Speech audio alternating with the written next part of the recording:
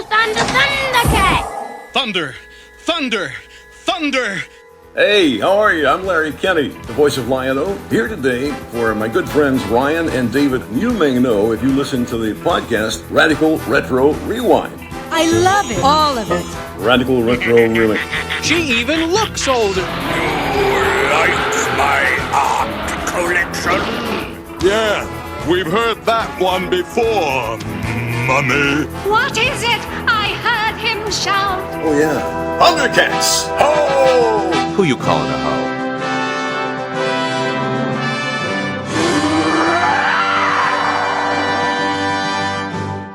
Welcome back, ThunderCats fans, to another episode of ThunderCats Reviews, brought to you by the Radical Retro Rewind podcast. As always, I am your host, Radical Ryan Hunter, here with everyone's favorite brother, David, and we got 2 more episodes, David, to do of Season 2. We're deep into this season. We just had Zach on, and we are just so thankful for the fans and the listeners.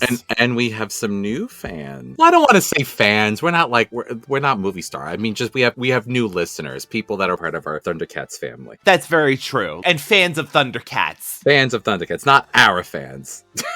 Yeah. Although we would not presume that about us. No.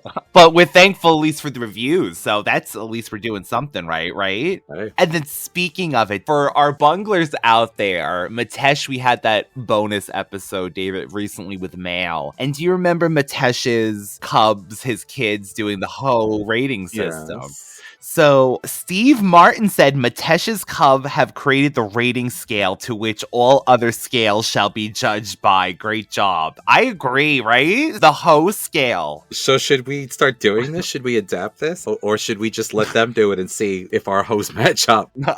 How many hoes? How many hoes on the scale of hoes? And I did love when Matesh said this might not translate well outside of the ThunderCats community or fandom. That was so funny. Why not? I mean, if you feel a hoe inside of you, if you feel like this is a 2 hoe, a 3 hoe, a 4 hoe. I remember one time, I want to say it was Leah said maybe they could be Bunglers. Something like that. So along that lines, hello everybody, all of our bunglers. Hello Kostis, who is our Greek bungler. He said in this one of the many comments that he left, and I'm still trying to catch up, David, but this was a question, and I thought this was kind of really great to start the episode with. Food for thought. If you ever wanted to discuss it on another podcast, and here we are, wouldn't it have been better if mumm-ra stayed dead after ThunderCats Ho for the remainder of season 2? The Lunatics arrive some other way, and they're the main villains. I feel like they lost their menace way too soon because mumm-ra had to be the big bad. I think it would have been better if he was away and then returned to reform Thundera in season 3. That might happen. Something like that.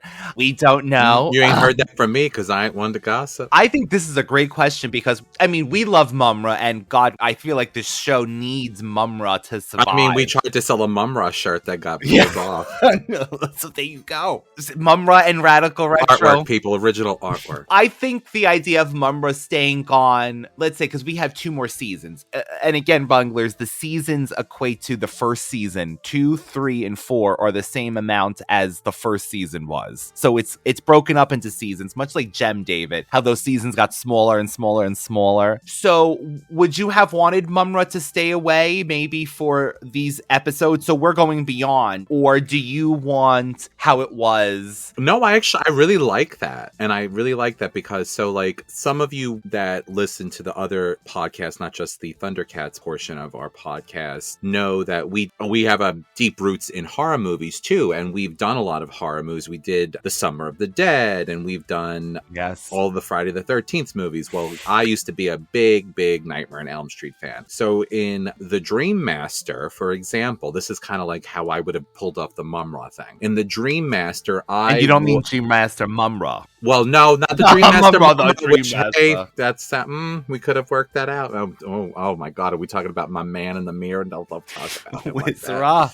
Oh, Wizra. Anyway, I digress. Wizra, call me. I have mirrors everywhere in my house, by the way, Wizra. Feel Still free. awaiting. Put on a cheetah outfit if you want.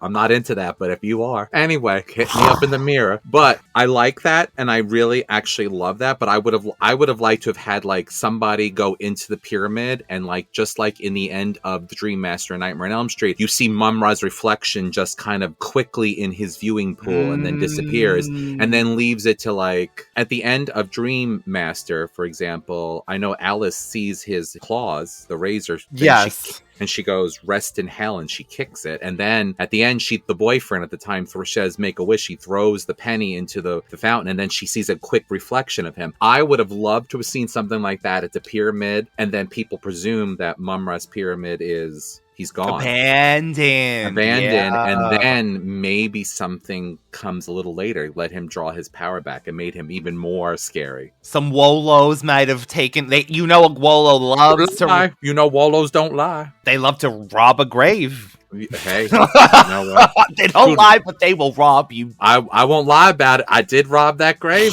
Mr. Wolo says. So yeah, it's a great question. Don't lie, Lion-O. And neither do Vulcans. And maybe Vulcans. I don't think Vulcans lie either, honestly. No, you're right. I don't think they do.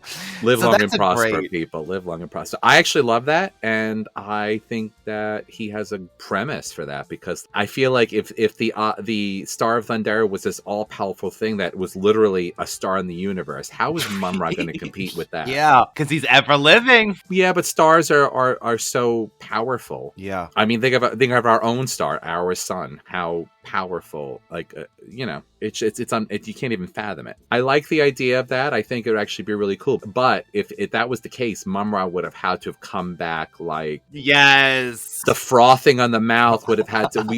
He would have had to look like the image that they did that one time. Remember when they did that up image and he looked so grotesquely horrible that it was the way the cartooning style was. It was horrific. He would have had to have been like uber Mumm-ra, and I would have loved that. You know, it's so funny. I'm thinking what happened with the Lunatics too is maybe he's right. It is because Mumm-ra was still there to be number one. But I think that your idea of having the knowing that Mumm-ra was still around for hardcore fans, because honestly, you think of ThunderCats, you think of Mumm-ra, or I mean, probably the sword Lion-O, but villain wise, you think of Mumm-ra. You think right?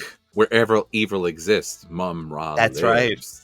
So, yeah, maybe 10 episodes. How about that? I would take that or more. And then, yeah, have him come back stronger. I rested so long and beautiful, blah, blah, blah, blah, blah. I also rewrote the HOA rulebook to all include new. No animals, especially cats, allowed on any premise on Third Earth. And Pumaira, that fake medical...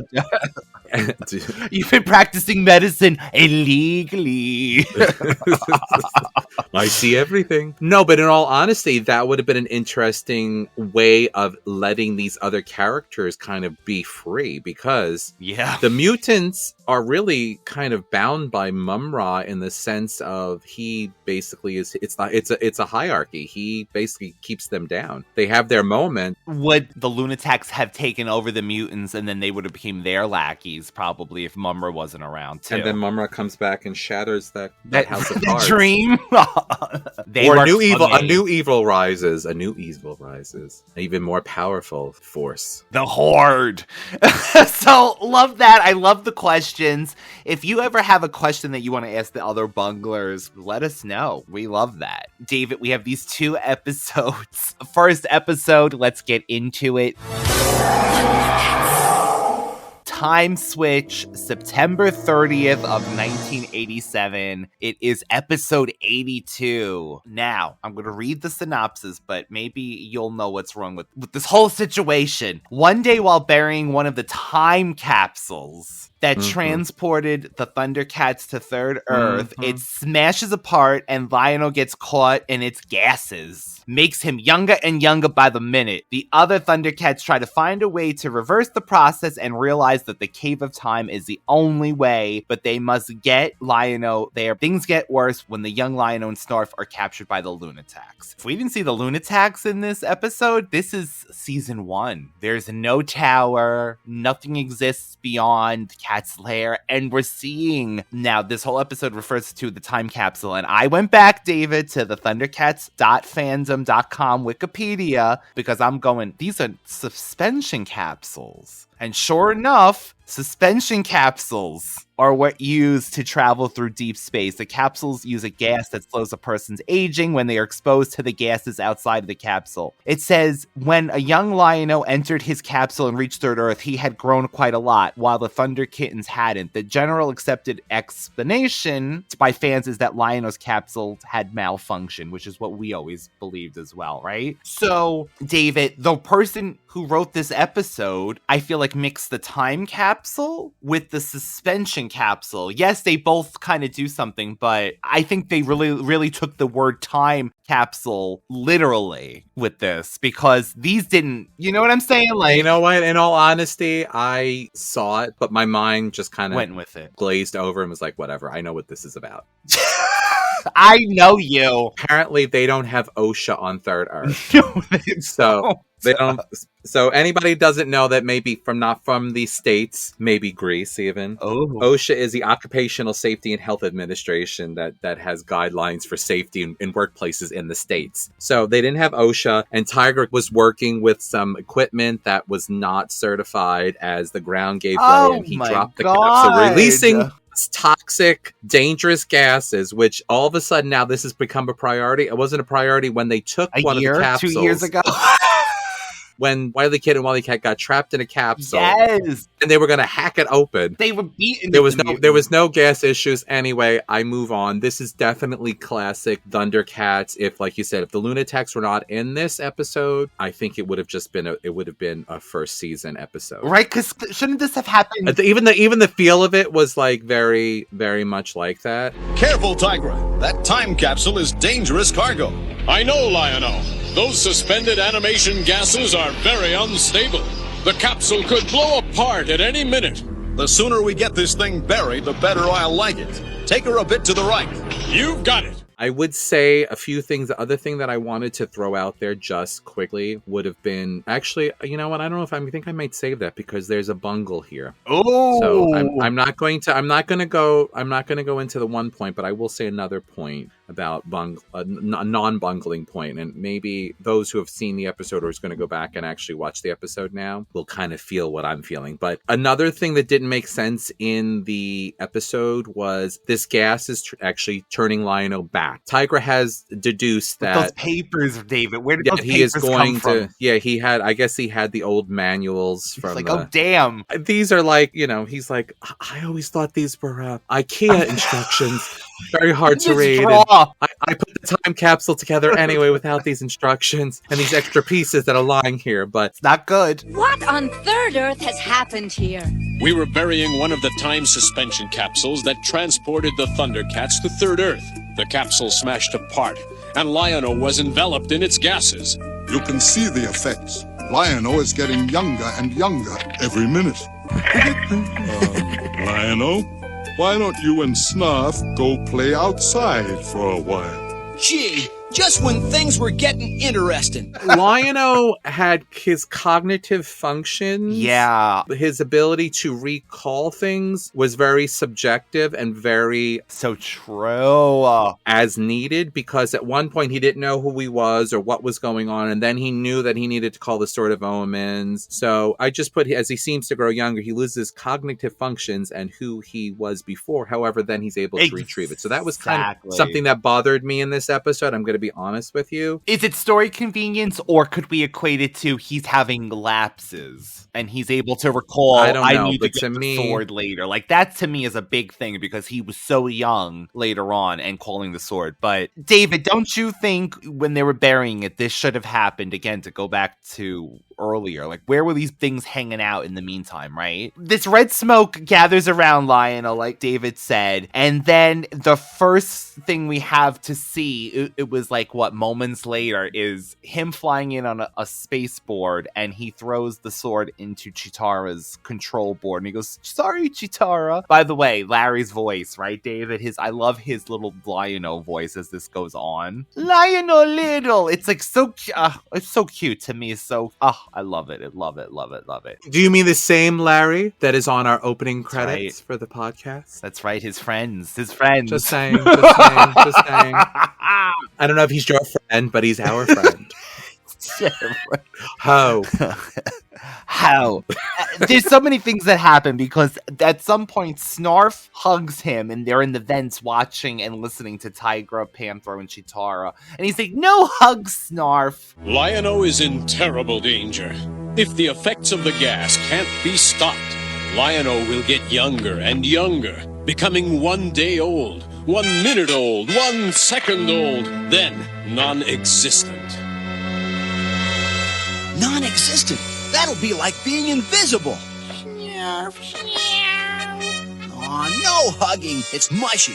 So, this is so cute, and this is what really, honestly, saved this episode for me in a way, because I was kind of annoyed with a few things, including the major bungle of this episode, a major bungle in my mind, which, if it didn't happen, then there wouldn't really be much of an episode. So, I don't know. The only thing I could think of the whole time was I thought they were going to use Chitara again. Does it has to do with that? Are there any chance? No. So, if you've seen the previous season where they're looking for Thundrillium, Tygra goes into a cave and he ends up aging, and then Chitara goes and rescues him because she's so quick that she's able to keep the cave from aging her maybe more than a few seconds. So she's able to pull him and get him out. She better not have aged a second.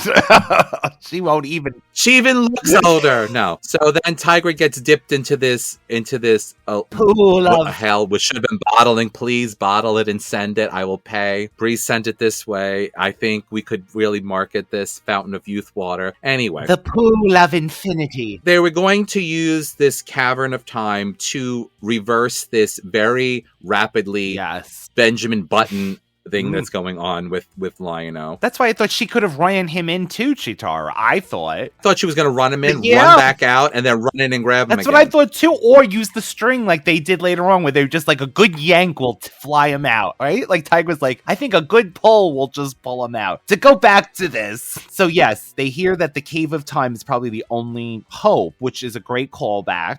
There must be something we can do. Well, we might have one chance. We might be able to reverse the effects of the gas if we could put Lion-O into the Cave of Time. The cave advances the passage of time, and... Tygra, that's dangerous. You almost died in the Cave of Time. We'd have to pull Lion-O out of the cave at just the right time. It is dangerous. But right now, it's the only choice we've got. Again, we have all of our original gang here, even Wily Kit and Wily Cat at the end. Chitara David, famously, grabbing that head. The animation is over and over again, and she's at the table. Grab the head, looks up. Grabs the head, looks up. She's like, I can't. But she didn't have a psychic feeling this time, but at least the head grab was there. The whole entire time, Snarf is saying that, Lion-O, you didn't eat your breakfast, which comes up, I love this, full circle later. That's smart. Well, this then becomes, so there is a point where Panthro says, why don't you go out and play, basically, because he knows he's reverting back to childhood, and then he has Snarf, and this becomes a Snarf Lion-O adventure at that point. It becomes like my Goonies little adventure going on, and Snarf kind of goes with it, and I really believe in my heart and mind that Snarf is enjoying that Lion-O is a little boy once again, more, because that he is able to coddle him more and give him that love. And because he did miss that anyway. Yes. Think about that. He did miss that time because of, his capsule malfunctioning and him being an adult body. He's like, I was robbed of my years of nannying. So I think that really Snarf liked that. Snarf. You shouldn't have hidden from the other ThunderCats, Lion-O. They're only trying to help. And now you've got me so confused. Hey, Snarf. We can get to that cave by ourselves. I'm Lord of the ThunderCats, remember? Maybe on the way to that cave, we'll get some bad guys. Snarf. But Lion-O, you're just a little boy, and you didn't eat your breakfast yet. And worry. We're gonna have fun, Snarfy. Don't be such a wimpy dimpy.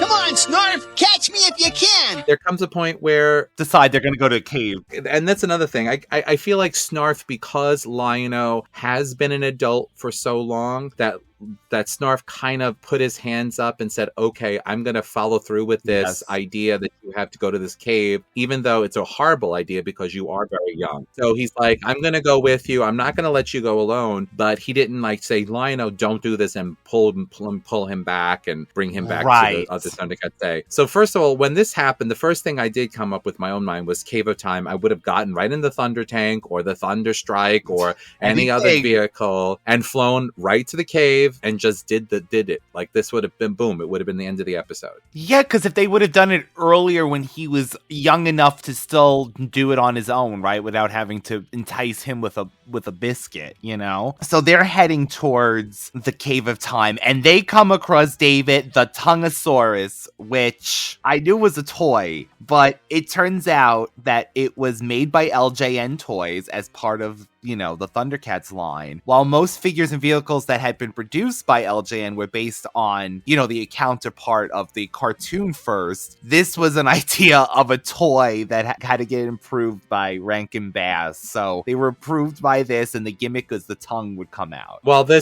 you remember what I used to call my daughter? Tungala. Tungala? Yeah.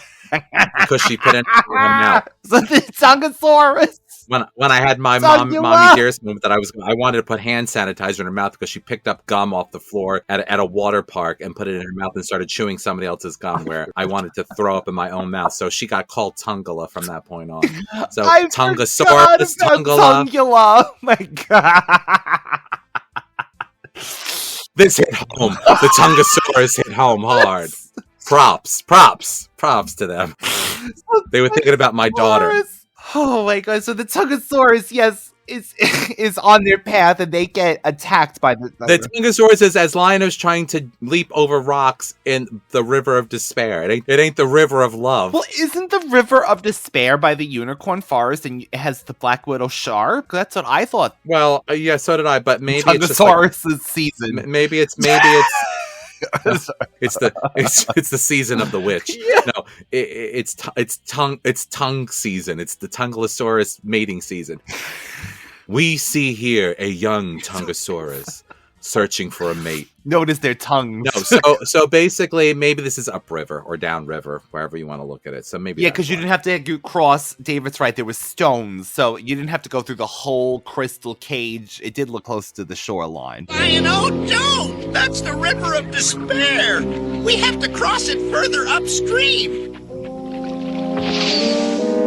So it's the River of Despair. So what? It's still just a river. What does despair mean? Luna and Chilla are watching this from Sky Tomb. Snarf says something about the breakfast, and Lion-O, of course, is, feeling this young thing, and he's like, worry. What does Luna say? Worry, hurry, thankfully, willy, woly, whatever. He's like making up some, and then she's like repeats it like, willy, wow, wow, wow. In her annoying, I'm gonna get you voice.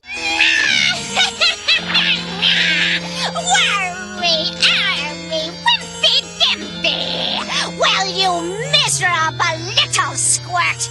I'll make sure you never reach the Cave of Time, and that will be one less ThunderCat to deal with. I don't even think she realizes this is Lion-O until she just says, "There's a young ThunderCat," and then let's get rid of him. Then they overhear that we should be doing Lion-O, you shouldn't be doing this. The sword, he does at this point. They're attacked, and he says, "Sword, come to my rescue," because she's frozen, and Snarf is frozen by Chilla. So Chilla does freeze him, and then he freezes, but Snarf reminds him to use the sword. Which is what you're saying. There's cognitive issues. Cognitive. Concubine. What? Connective tissue. It's a Ryanism, people. Ryanism. Sword of Omens, come to my rescue! They're still unfortunately captured because Snarf remains frozen. And get this, Luna is gonna study the gas effects to anti-age herself back. I'm for the first time, I'm on Luna's side. You need to figure that, market that up. Market that. She better never found out about the waters. The waters. The gas is that's like the Ozempic of ThunderCats. The gas of Ozempic. Oh my god. So, the Lord of the ThunderCats, a little child. Before I finish you off, I will study the process that caused you to regain your youth. And I will use it to regain my youth. You just wait till I tell Panthro what you guys did. He'll turn you into burble food. We get a little hoe I wrote. He goes, ThunderCats hoe, right, with the sword. This is when they're... What part is this? Because I wrote the next thing so after they get captured. Lion-O says, Sword of Omens, help me, or come to my rescue. And he does, and he starts shooting at them, and then he does escape with Snarf, and he's running out of their control room, and they do fall into a trap, into a jail. And the Sword of Omens is the Sword of Omens falls to the ground, and then they fall through a trapdoor, and the Sword of Omens is left above, and they're in basically a prison cell, and the Lunatics say, basically, you're gonna die here because you're gonna de-age until you're nothing, into nothing. This is so sad and adorable at the same time. He goes, Lion-O hungry when we go home. Oh my god, and Snarf is hugging him. Don't worry, Snarf. I'll get us out of here.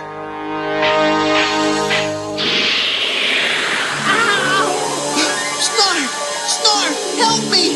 It's happening again! I'm getting younger, smaller. It's happening faster than ever before. The process is speeding up. No, Lion-O little. I think I might know a way to get us out of this place, Lion-O. Climb up on my shoulders. We'll get out the same way we got in. Lion-O too little. Lion-O hungry when we go home. You'll never get home. You're trapped here until you fade away. And at the same time, though, Tygra deduces, David, that he is about 3 years old at this point and going fast, aging fast. So they're on their way in the Thunder Tank. Cheetara, Panthro, and Tygra. And then Panthro's like, it's going to be hard getting in there. It's a fortress. David, the way he says it twice, he goes, Sky Tomb. Pause, like a long pause, and then 2 minutes, maybe less than a second later, and that's how we're going to get into Sky Tomb. But like, it's a fortress. And then he says, say later, though, he thought it was going to be, harder to get into Sky Tomb. Lion-O's signal came from the same coordinates as Sky Tomb. Those blasted Lunatics must have gotten a hold of him. It's gonna take some fancy footwork to get into Sky Tomb. That place is a fortress. We have to get Lion-O out now. By my reckoning, he's already only 3 years old and getting younger all the time. So they're attacked by the Lunatics on all sides, and you see that they end up inside the same prison cell as Lion-O. Because you raise her up, she comes out an interesting part, Ryan. Did you get this part? So the Lunatics are attacking the Thunder Tank. Cheetara gets thrown, and Panther says she needs our help, and Tygra's like, nope, we need help ourselves. Leave her there, basically. She went David, that's exactly right. She went flying. He's like, and Panther's like, Cheetara needs help. And he's like, nope. Sorry, bitch. Not today. I'm in trouble myself. Cheetara's in trouble. We're all in trouble.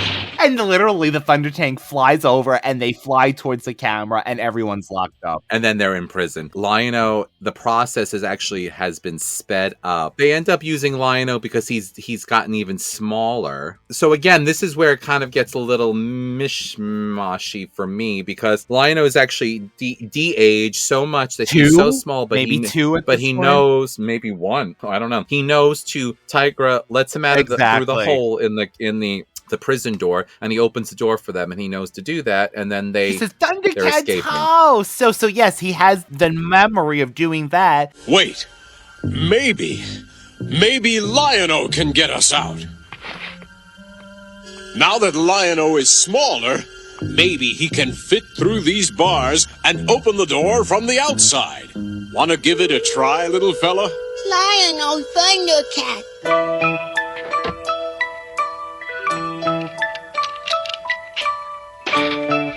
ThunderCats, ho!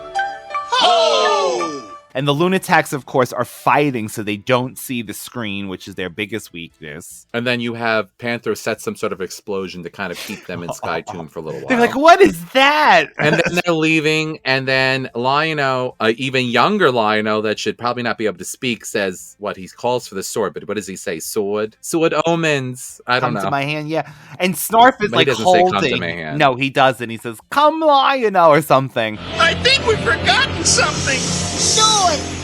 Sword! Come, Lion-O's hand! But its onesie, David, is magically, every time it gets smaller, the ThunderCat symbol vanquishes and the onesie becomes like almost like a diaper thing. Well, maybe that's because it's a space age material that conforms. Oh, you're right, because they were moving, right? You're right, David. Like, they were, like, aging. It spanks. Oh, my God. Kim Kardashian, your stuff survived the apocalypse. Oh, my God, It out of spanks. everything. They're outside the cave now, right? And I do love this. They're trying to everything. What is that? Panther's like, look at Panthro. And he's doing... And he does a with his tongue. Another tungala. Tungala, too! He does another tongue. A Tungosaurus to Lion-O. And he didn't like that, David. Chitara rocks him, but... Please, Lion-O. Stop crying and go into the cave. Maybe I could carry him into the cave myself. No way, Panthro. You and I are too old. The Cave of Time would age us too quickly. It would kill us. Lion-O is much younger than we. The cave will advance him to his normal age. Then we'll pull him out with this rope. If we could only make him stop crying, maybe he'd crawl into the cave. Maybe this'll get the little guy to stop all that howling. Look at Panthro, little fella. Goo goo, ga ga, goo goo goo goo. Maybe this will stop his crying. I've got an idea. Hey, Panthro, do you still keep those emergency rations in the thunder tank? Snarf, this is no time to think about eating. You don't understand, Panthro. Lion-O hasn't eaten in hours. It's way past his feeding time. Maybe he's crying 'cause he's hungry. Well, we've tried everything else. Might as well give it a shot. And Snarf's like, he's hungry. He's hungry. So they find You got rations, a ration? a biscuit. Taste the biscuit. Taste the goodness of the biscuit. Taste the honey sauce. Taste the goodness of the biscuit with the honey sauce. Don't get that honey sauce on me. I don't like the way it tastes with my chicken wings. They grab a biscuit, like a ration from the Thunder Tank, because Snarf said, well, he's hungry, maybe we can use this. And Snarf does the old, let me make you walk towards something if I hold a piece of food on in a front branch. of you. It's like putting a hot dog on a string in front of somebody on a bike, trying to make them run or something. It's like classic cartooning. Yeah, but then he uses the stick to toss it. Couldn't he have just been like, here, Lion-O, throw it in? But yeah, the funniest thing is, though, Panther says, just like Mother used to make. Emergency sea rations. Just like Mother used to make. They look like Belvitas, which is something I still eat. David, you said it was David. I said, what is this, 2000? 1990? 2000. Whatever. What is this, 2000? It looked like a Belvita breakfast cracker. And he said, just like Mother made, Panthro. So he goes into... I think they were like space rations. Yeah, he said there. You got those rations? Did any of the bunglers out there ever, like as a kid, get astronaut ice cream sandwiches that were like dehydrated ice cream sandwiches? Yes. Like as like a, I don't know, like they used to have these places called Natural Wonders, which was anything but natural. They'd sell like Celtic music CDs and like geodes and but then they'd sell like plastic Frogs. Nerf guns and plastic frogs and weird stuff. But those things you used to shake that look like tubes, like worms. Yeah. So, but anyway, they used to sell astronaut dehydrated ice cream sandwiches as like you're supposed to be like a novelty. Future astronomers or celestial bodies. Get used to eating this in the future. Don't you know? Like we said earlier, Tygra said we're going to throw this rope around him. And by my calculations, because you know Tygra. He's like, by my calculations, he will be good enough. Yeah, man body now. Good enough to eat now. Pull him out. If my calculations are correct, we should pull Lion-O out right now. Jumping Jupiter! It worked! I don't understand. Memory's hazy. Where have I been? And where in the world did I get this biscuit? It's hard as a rock. Nearly broke my tooth on it.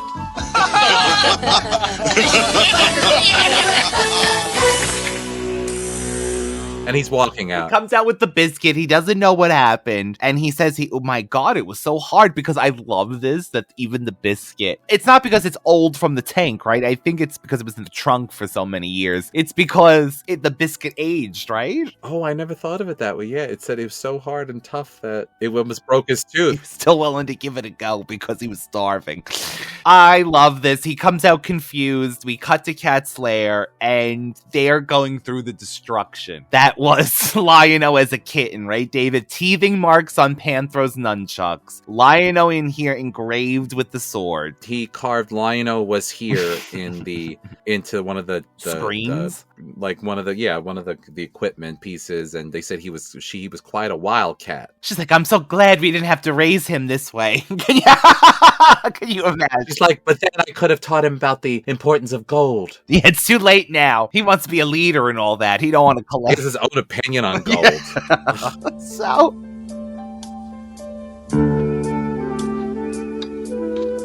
will you look at that?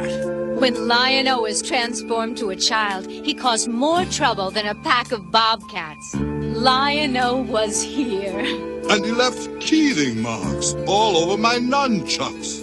And my tail. Lion-O, it's good to have you back to your old self.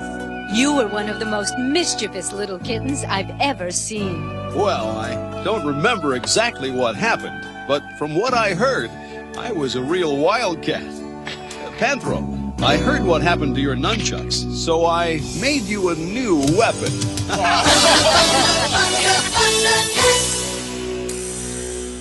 the big funny laughing moment, which actually is adorable, is he's like, I'm sorry about your weapon, Panthro, but I made you a new one, and it's a biscuit nunchuck. It's only one, because there's only one biscuit. Thunder, thunder, thunder, ThunderCats. And what's my note, David? Why didn't Chitara run in? That was the first thing I thought of. It's cute. Yeah. It's season 1, like we said, season 1 with Lunatax. It gave me season 1 nostalgia, but then with the Lunatax, it kind of... You didn't get Linkso, though, going, my power is greater than everybody in this place, right? This is Linkso. Just wait, give us 2 minutes, because, David, in our next episode...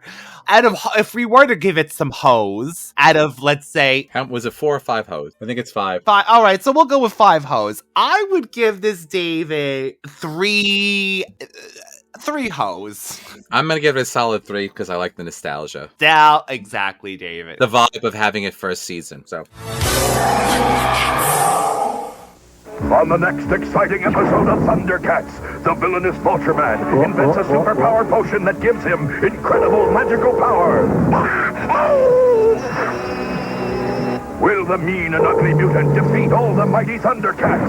So much for Panthro. Or will Lion-O pluck this bird-brain's feathers? Find out on the next ThunderCats. ThunderCats. Today at 3:30.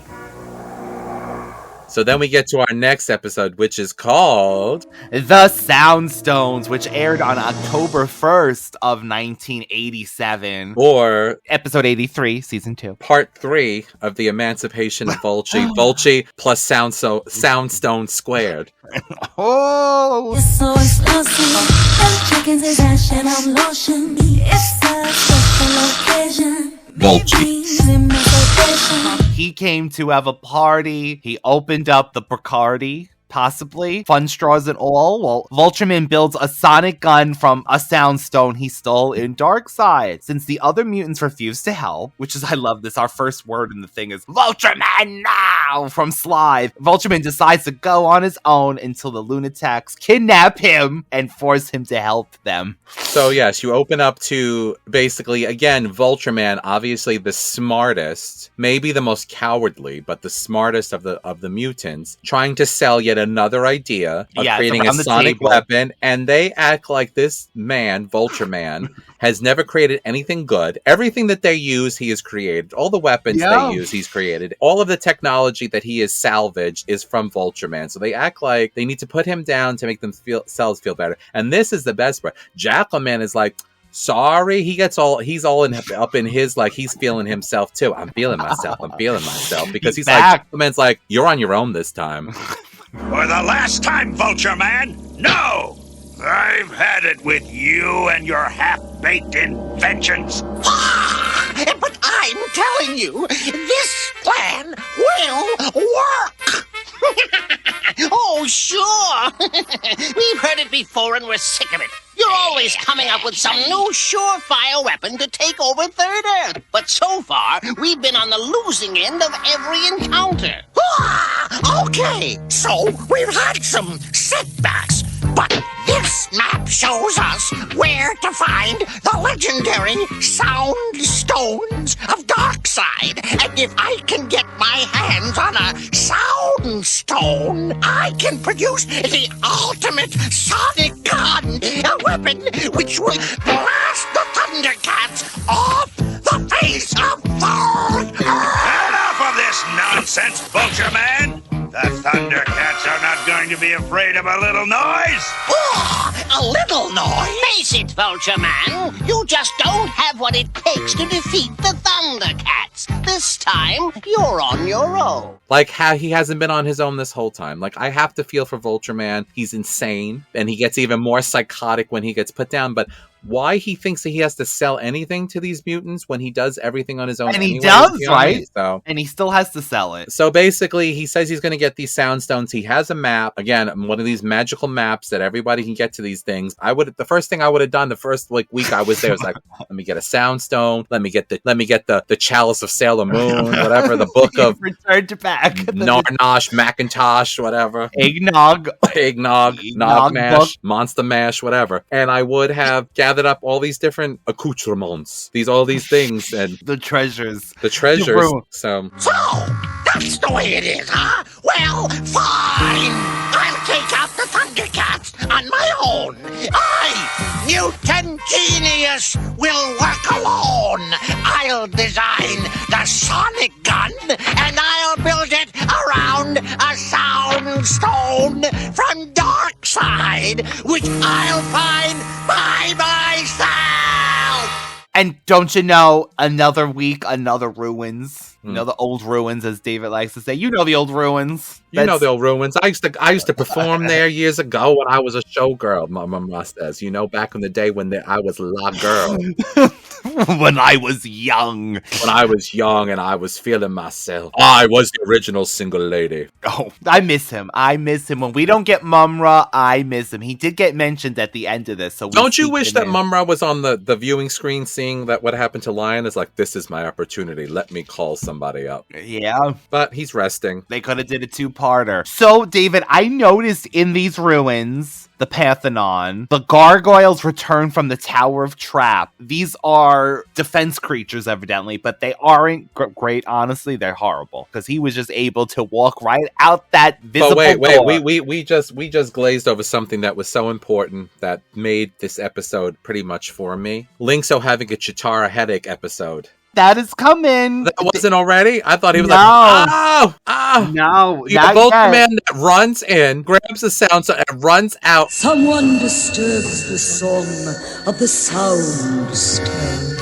You see that he's being chased by these they might as well be from the cartoon gargoyles, because they were not very impressive. Yeah, like, they were not very aggressive. But this is when he's grabbed by Chilla, who freezes his throat and says, Beaky! She's gonna get him, Beaky! So, Vultureman, what brings you to Darkside? Oh, none of your business, Chilla. Perhaps I can persuade you that it is my business, Beaky. No, thank you. I'm doing this caper alone, or something like that. And they're like, you thought again, you were being taken, as we love to say on this show. You were being taken. You were in Darkside. You were up the block from my house. I told you. HOA rules say if you are going to use the park that you need to get a license from the Black Pyramid, to get a permit from the Black Pyramid to set up any sort of tent, even if it's not a permanent fixture, at the old ruins. You know, the old ruins that everybody goes to. Shira was just there too before the old ruins. You know, with the robot people. Thanks, but I'm working alone on this caper. Au contraire, Vultureman. From now on, you're working for us. Why didn't the Lunatics, knowing that this is in Darkside, go there yet? They just think they're above everything, and they just want drugs and power. Things just falls in their, whatever falls at their feet. I guess they think they're above everything. They suffer from, what's the word I'm looking for? I can only imagine. No, they're just too cocky. They just think they're all that, even though they've been defeated multiple of times now. Every episode so far, they're full of themselves. They think they that's the reason why. And plus, they do view the mutants as lesser than them. So when they see Vultureman, they basically enslave him. They say, "Oh, why don't you come back to Sky Tomb with us?" Yes. We're finishing up the Xanadu stage at Sky Tomb. Why don't you come? And you're going to show us your little weapon, and we're going to use Bring your stones. But Vultureman also, his Achilles heel is he's so used to the mutants not talking to him. When someone gives him an opportunity to speak, he just has diarrhea of the mouth, as they would say, the expression, and he just basically tells them everything. So if you would have just said, "Oh, I was just looking around, I thought there was some kind of mystical thing or I could use," nah, nothing to see. I just got attacked by gargoyles. I just found this stupid stone. So anyway, he gets taken. He's working on it, and they're now you. This is Linkso. Cue Linkso. Oh, having a Chitara episode. What is it, Linkso? What is the matter? That noise, that sound, it's unbearable. But I don't hear a thing. You wouldn't at this distance, but my hearing is more developed. The decibel level is almost deadly. I must trace the source. Must measure the sound level. So now Bengali and Pumaira, oh, what's wrong? That sound. And Pumaira's like, I don't hear nothing. It's so loud. They're like, they back up from him at one point. Both guys noticed that like, too. They're like, he's having one of those episodes again. Get the medicine woman. She's like, oh my God, she's got he is old. He is old. Let me get the lorazepam or the morphine to knock him down a little. He's getting crazy again. This might be the end for Link, so I gotta tell them. I've used all of my Thunderian tranquilizers, but he's still acting crazy. Can you imagine she had leftovers in her satchel? The sound has stopped, but the information I collected on the Braille board is not good. That sound was coming from Sky Tomb. The Lunatics appear to have developed some kind of sonic weapon. At close range, it could neutralize my Braille board and disable the Tower of Omens. We'll have to develop something to counteract it. I'll discuss it with Penthro. He says that this sound is coming from Sky Tomb. Those ears tell him. This sound is enough to basically disable his braille board, and basically they're gonna have a problem because they do rely on him for everything. In fact, Linkso is at the braille board, and they don't even look at the screens. Yeah, you said it right, David, when you said that. Linkso is at that braille board. He probably don't leave that. He stands at that board all the time. God bless him. So, David, he says he's gonna get with Panthro. He's got to call Cat's Lair because he needs Panthro to make a bootleg sound gun. Mm-hmm. I know only one person could do like a, get on this incorporation right quickly because he makes something. So I love this. Wily Cat calls down and says, Linkso's on the phone! Come quick! How's it going, Panthro? Not well. I've tried every crystallized power source in the book, and none of them produce the right note or hold it long enough. I can't imagine what the Lunatics are using to generate that frequency. We've got to come up with something soon, Panthro. The Lunatics could attack anywhere and anytime. Lion-O! Panthro! Get up here quick! Linkso's calling! Trouble at the Tower of Omens! That's what my kids do. When I say, please go upstairs and get your brother for dinner, they're like, Gilbert! I'm like, if I wanted you to scream up the stairs, I would have done that myself.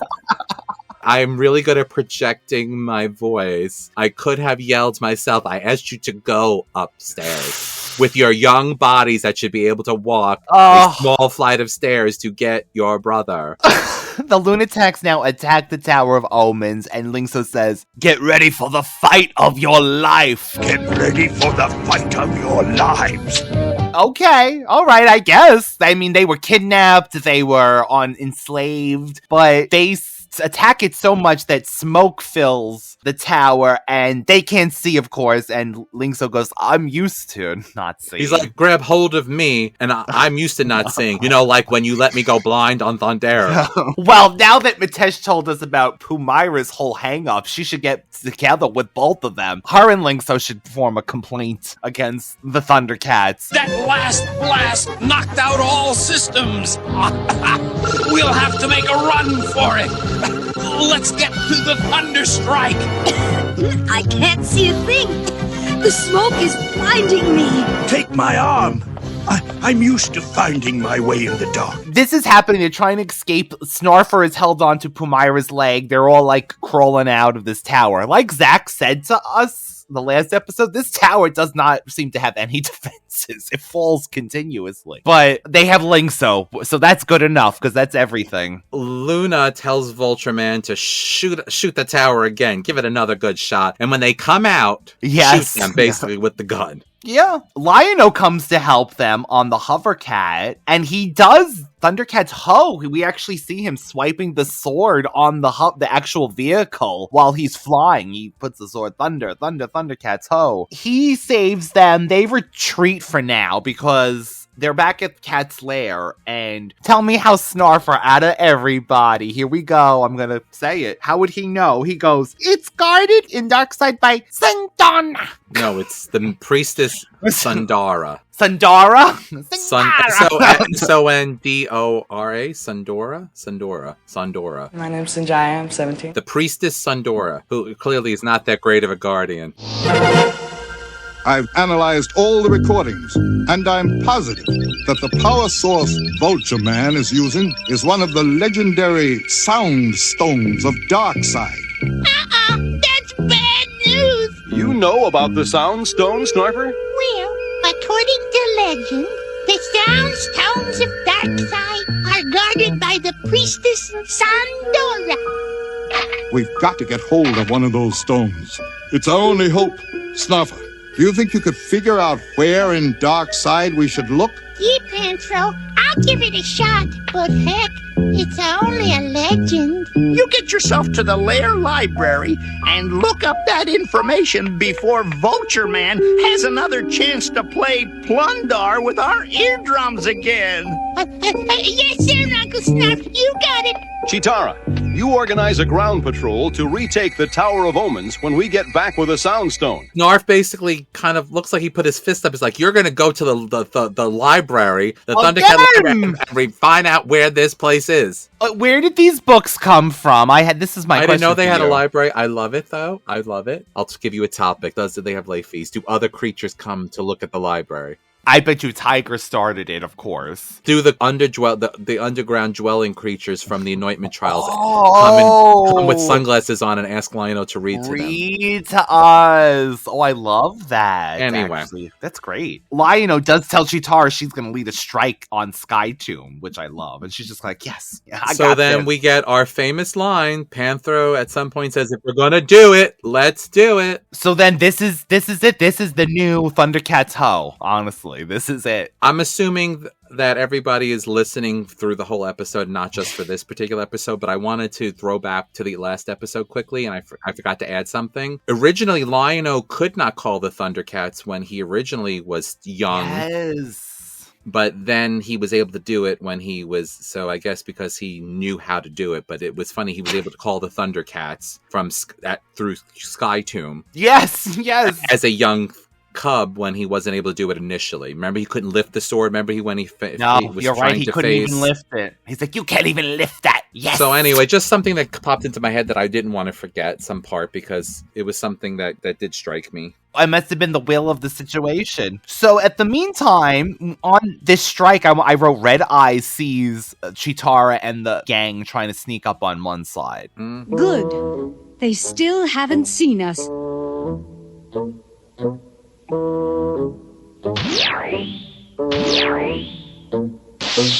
So, Chitara, did you really think you could stay out of my sight? And he says, so, Chitara, you think that I'm not able to see you, girl? I see you're wearing your gold again. I see. My God, she's got gold everywhere on. He's like, I didn't even need to use my eyesight. You just glisten in the sun.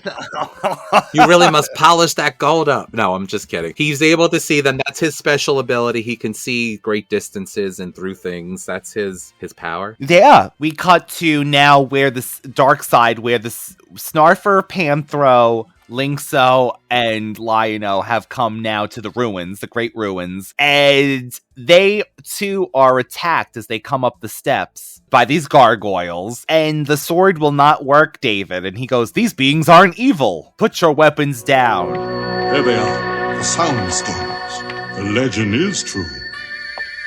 Guardians, awake!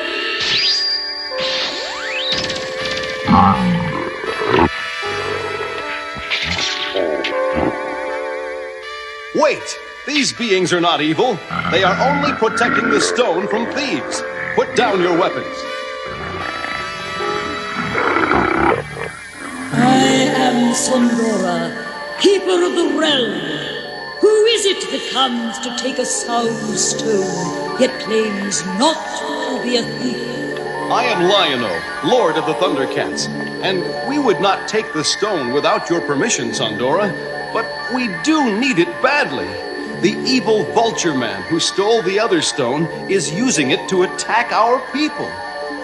By your voice, I know you to be good, and your cause just.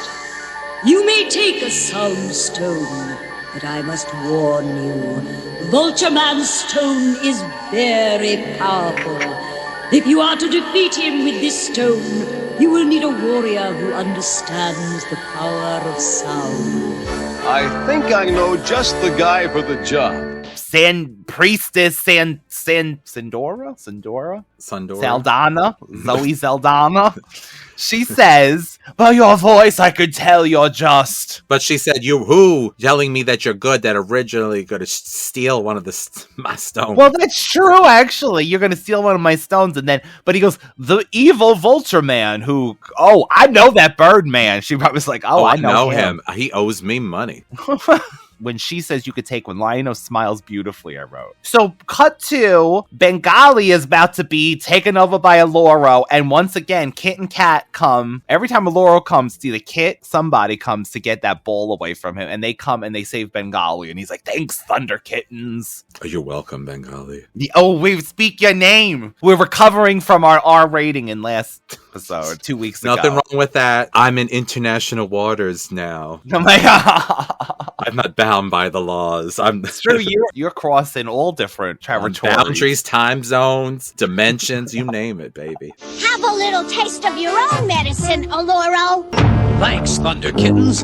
That was a close one. Linkso is in the back where Chitara usually is, and Panthro is now able to replicate the Sound Stone in his gun because he was trying everything earlier, David. We didn't mention that. He was trying every kind of stone to replicate the sound. So he puts the Sound Stone in, and now Linkso is using his ears to attack Sky Tomb in various parts and the gun, and hit Vultureman's gun as well. There's one or two things that we should discuss. One, Lion-O is hit by the sonic gun while he's saving. Yes, that's right. Saving Mumm-ra and Linkso and Bengali. And then they go to save him, but they don't want to leave Linkso because they say he is unable to without his braille board. He says he can still judge distance and everything. Speed and he's every woman. He can do everything. He's every woman. And he will make it there. If he'll get to Cat's Lair or whatever he needs to do, he'll make it.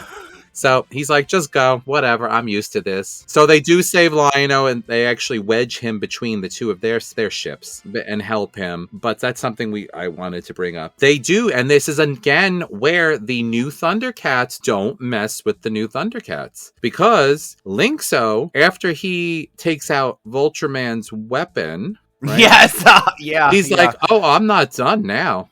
He shoots Sky Tomb, and then he's like, no, I'm still not done. I'm going to shoot it again. That would have been me, because I would have just went up and down with the sonic gun, like made crisscrosses. I would have thrashed the whole... Sky Tomb would have ended up like Swiss cheese when I was done with it. If we take another hit like that, we've had it. Don't worry, Panthro. I think this will do it. Honestly, David, you're right. He should have put an X through Sky Tomb, like a pressure washer. Oh, something I noticed too. When did you notice when Luna turns off the screen at Sky Tomb, insignia appears on the screen, like it goes a little like moon thing, yeah, right? Moon, it's like crescent moon appears, like screen out, bleep. She better not run into Sailor Moon in the moon community because they got to have a trademark going on with those moons and stars. So yes, poor Vultureman. He's in that vehicle, the Lunatic. His feet are hanging over the front seat, his poor chicken legs, and Amok throws him. Oh. Lunatics! Back to Sky Tomb! Mutant. No good. He tried it, David. He tried it. One more time. Mariah, he got with the younger crowd. He got with Ariana, the Lunatics. And he's like... and they...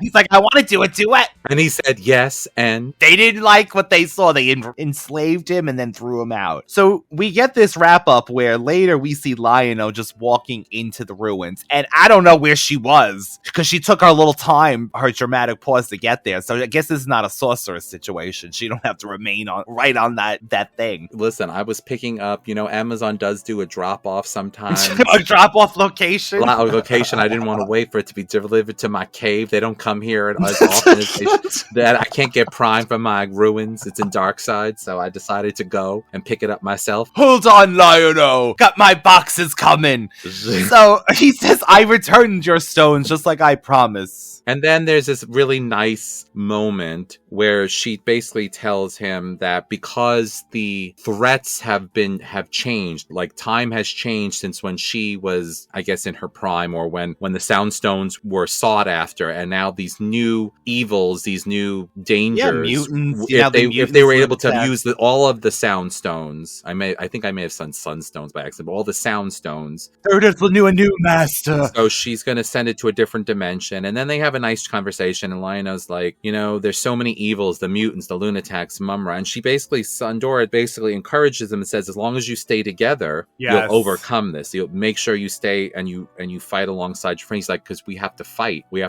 always having to fight to save Third Earth and to help people. And it was a really nice, encouraging moment. It was a really nice conversation. It really definitely, to me, was more coming off the episode before where Lion-O went back to being a child again. It definitely reaffirmed that he definitely is still young and young at heart, and maybe young because and also to have that encouragement. I think we all need that in our lives, and I think that we all have that one person. Hopefully we're able to have that one person that encourages us to strive and do better against these odds in our in our real lives here. We're not not talking about mumm-ra attacking us.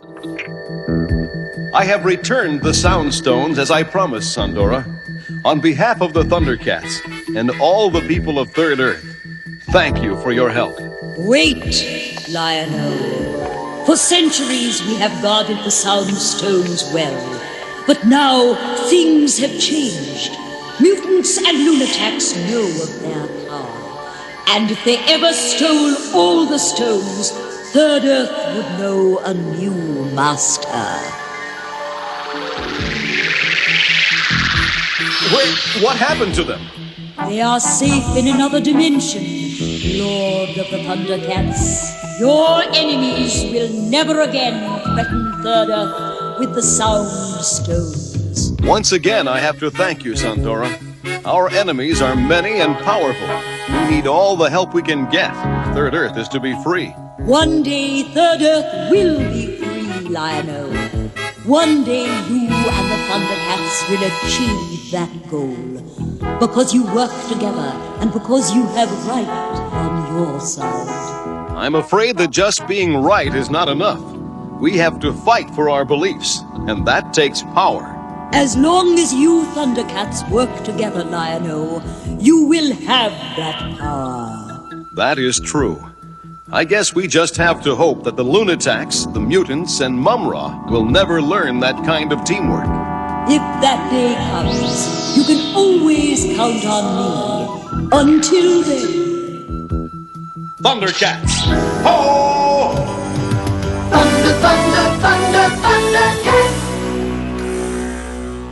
It was nice. It was a nice thing, and it basically said that because you have your friends, your strength is in your friendships, in your camaraderie, in your ability to work together. And he said basically, Lion-O then says, well, I hope that the mutants, mumm-ra, and the lunatics never discover that secret of that power. Because she's like, won't. I'll be here if they do. And she says, if you need my help, I'll be. Again, we have another ally. So true. But then how do I find you? Do I go to these ruins and call your name? Even though she's going to another dimension? Name. When no one is around you, say, baby, I love you if you ain't running. Sanjina. I still don't know her name. Sanjaya, you are going home tonight. The host scale, David. The host scale. How many hoes would you give the Sound Stones? This is Vultureman's last emancipation. Emaciation. He did look pretty emaciated. I'm going to give it 4 because, honestly, for me, the ending speech really hits home for me. This podcast and the feelings that I get and the warmness and the encouragement and the reason why I love these old cartoons and certain movies and different things, again, will always be tied back to my emotions and something that I found to be of value and something that molded me or helped me or propelled me in a better place or sheltered me from maybe something bad that was going on in my life at the time. So to me, that should be a 5-star, but I'm not going to do that because then that would be it's perfect. But for the episode, I'm giving it 4.5 maybe, because I really love the ending, how it meant something to me. But it wasn't like the most jam-packed adventure. No, not at all. It was very straightforward, but it was fun, and it set, like David said, new friends. I mean, I love Vultureman, but Vultureman really needs to. If I was Vultureman at this point, I would be like, I would grab my stuff, grab my technology, and find myself a nice place, and maybe hook up with some other bird type people or something. Or the bird community that we found out on Leprechaun. The bird community, or maybe like I don't know. I would have come up with my own thing. Why does he need them? They're the only remnants of plunder over each other. I would give it maybe 3.5 hoes. 3.5 hoes. We got one more thing to do though, David, and that of course is, even though he's not here, we love you, mumm-ra. Who is the biggest bungler? You are a worthless, bungling idiots! Bunglers! You bungler! Once again, you have failed. You bungled it!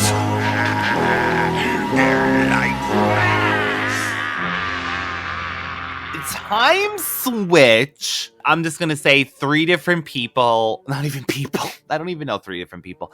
3 humanoid cat people. No, what? 3 cat people. Cat people, even. Yes. Chitara for not running him in, or them not remembering what it's that her doing this same exact thing because they remember it almost killed you, Tygra. Panthro said. We're too old, he says. We're too old. We can't go in there. What about Chitara? Right here, she's sitting at the table, grabbing her head. She's like, I'm not even gonna volunteer this time. So that Lion-O leaving to do it on his own, going to the Cave of Time with Snarf, because had he not gone on his own, David, like you said, they could have just taken him to the Cave of Time. So between them two, because honestly, and the Lunatics, you could say too, because they bungled, because they lost the sword, because they didn't notice they were escaping, because they were fighting over the sword. That's what I got for the time switch. So I'm going Chitara, Lion-O, little Lion-O for leaving with Snarf just to go to the cave alone, and the Lunatics for not paying attention when they escaped the prison. Okay. That's 3. I don't know. I guess I would have to pick. You want mine now? Yes. And the nominees are. Oh, but you did say you had a bungler from the beginning, right? So the biggest bungler to me is Panthro. Panthro for even suggesting Lion-O go outside. They knew what they had to do. They already knew the cave. Yeah. If he didn't go outside or didn't get pushed away because he had this notion he's young and he can't be here to have them have an adult talk, he would never he would never went off on his own, would have never got caught by the Lunatics. None of this would have happened. You're right. He would have sat there and they would have said, this is what was probably going to work, the Cave of Time. I want you to, Tygra, figure out what, do your thing and try to figure out how long he needs to be in the cave, and let's figure out how to get him in there and get him out safely. Done. He didn't need to send him off. None of this would have happened if he was not sent away, because he was too young to be standing there. So to me, it was Panthro. And then Snarf, even though he was enjoying the adventure with him and being with him, Snarf, telling him, I would have said, no, you're not going anywhere. Yes. We're going to go back and see what the other ThunderCats say. What should we do? You're being too reckless, and that's it. And if you didn't like him for that, too bad. You won't remember it in a few hours from now anyway. So that to me is... Those are great.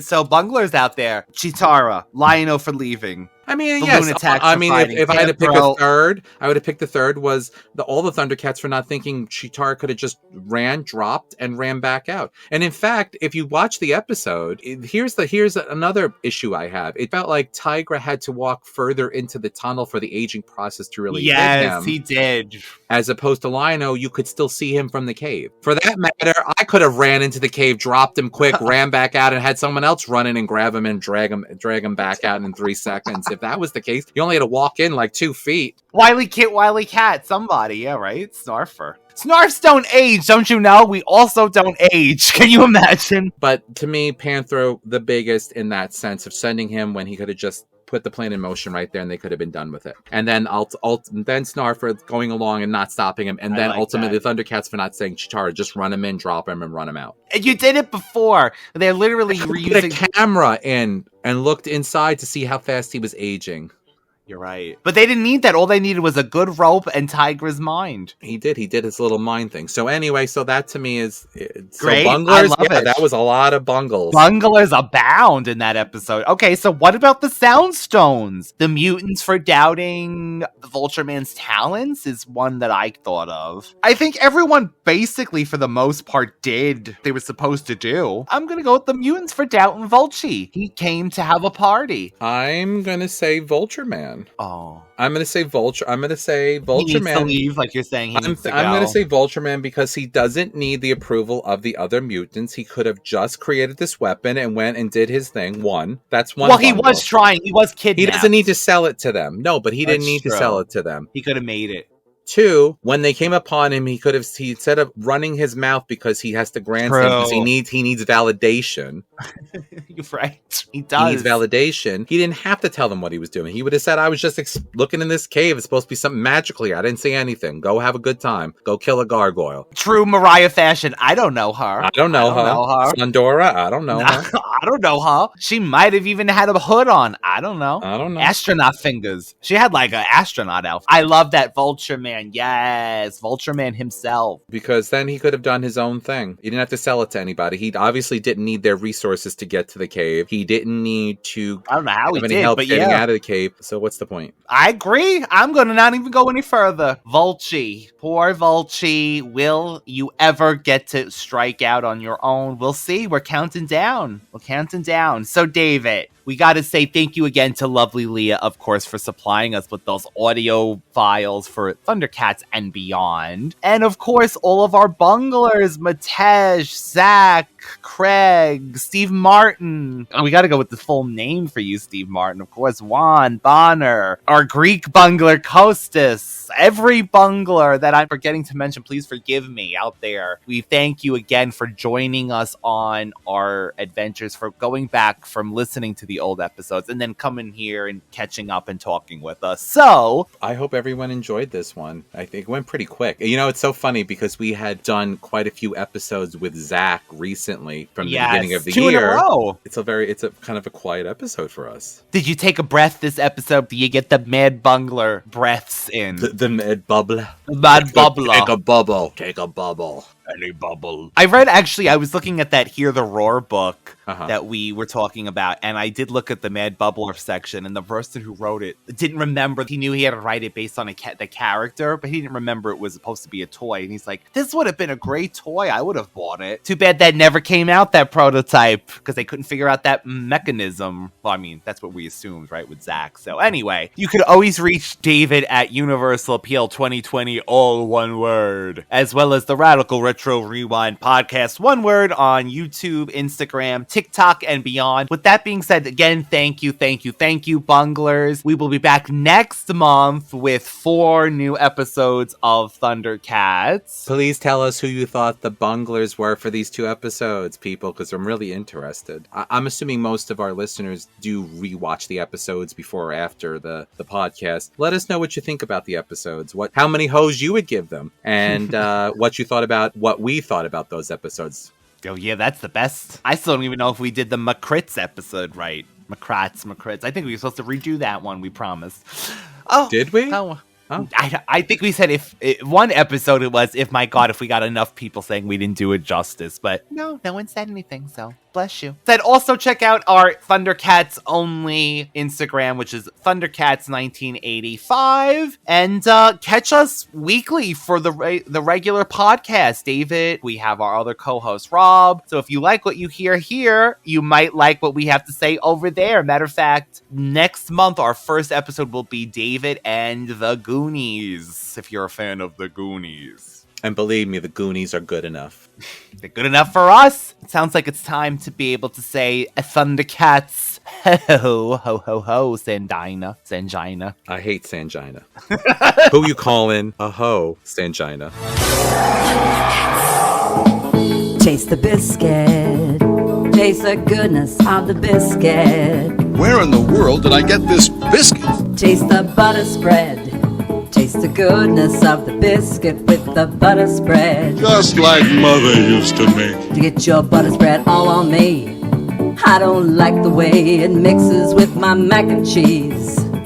It's hard as a rock. Nearly broke my tooth on it. Taste the biscuit.